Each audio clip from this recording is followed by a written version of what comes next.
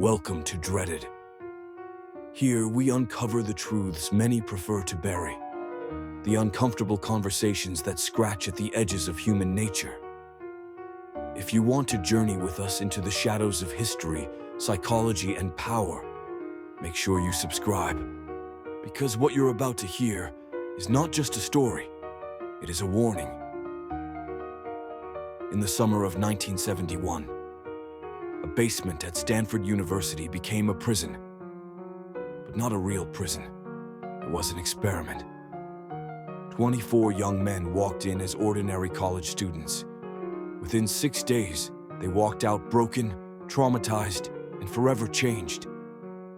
This is the story of the Stanford Prison Experiment, an experiment that was supposed to reveal the psychology of power and authority, but instead revealed something far darker. And more than 50 years later, it still haunts us. The year was 1971. America was in turmoil. The Vietnam War raged on. Civil rights protests shook the streets. Authority was being questioned at every level. Psychologist Philip Zimbardo, a rising star at Stanford University, wanted to answer one haunting question. Why do ordinary people commit acts of cruelty when given power? So he designed an experiment, a prison, but not in some far-off penitentiary, right there in the basement of Stanford's psychology building. He placed an ad in the newspaper. Male college students needed for a psychological study of prison life. $15 a day.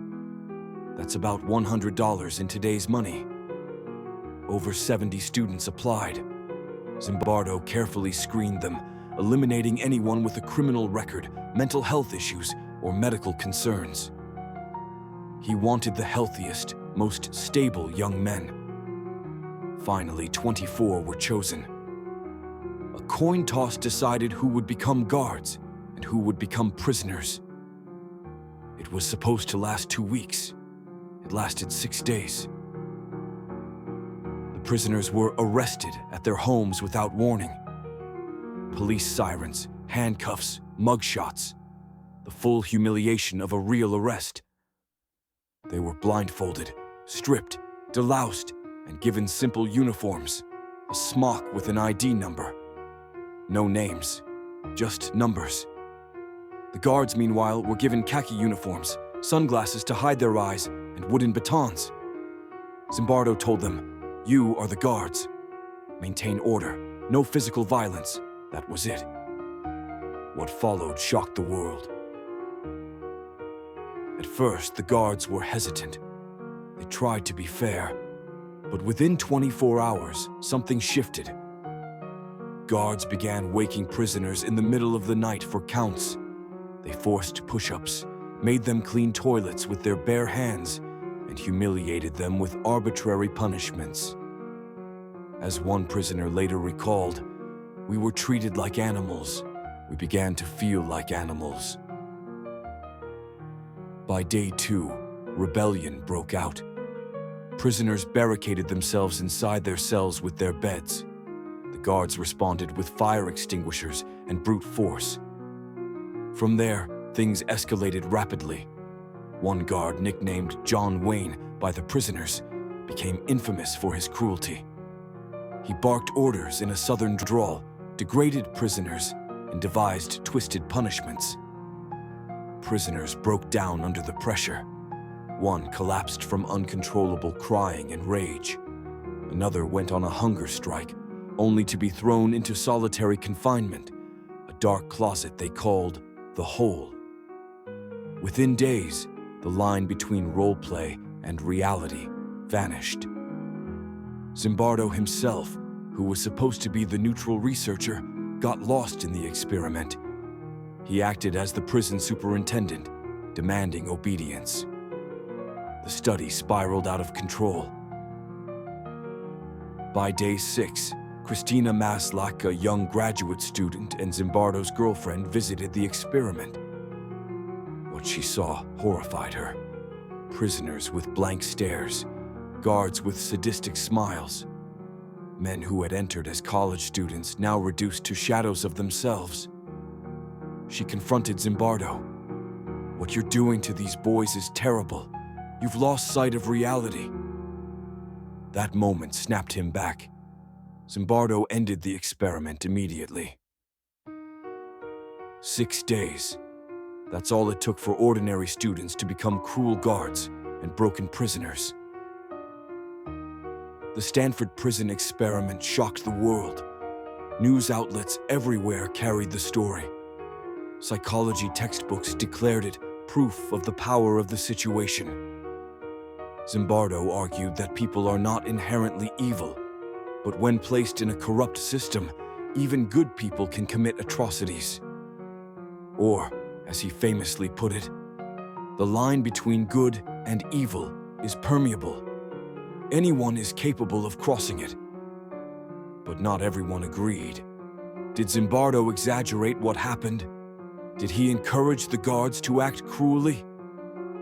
Some participants later claimed they were simply acting because they thought that's what Zimbardo wanted.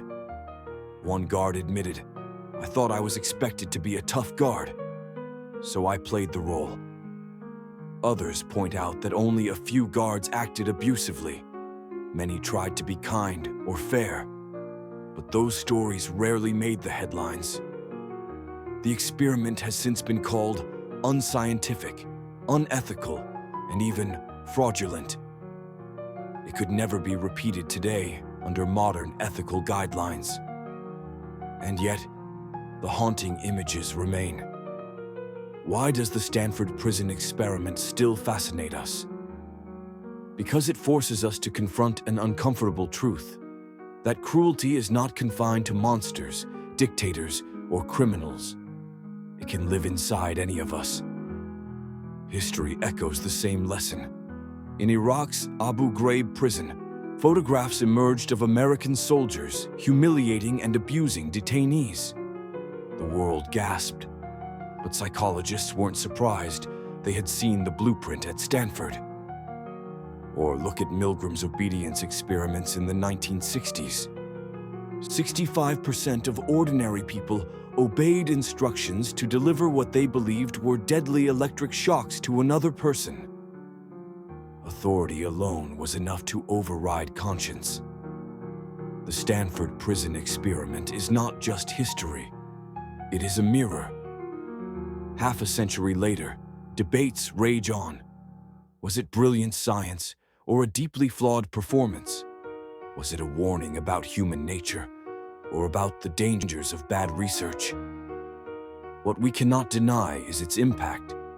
It shaped how we think about prisons, authority, and the fragility of morality. And it leaves us with a haunting question. If you were given the uniform of a guard, would you resist cruelty, or would you become it? So I ask you, do you believe the Stanford Prison Experiment truly revealed the dark side of human nature? Or do you think it was just flawed science that became legend? Let me know your thoughts in the comments below. And if you found this story thought-provoking, make sure to subscribe to Dreaded. Share this video with someone who needs to hear it. And remember, sometimes the darkest truths are not in the past, but in the choices we might make tomorrow.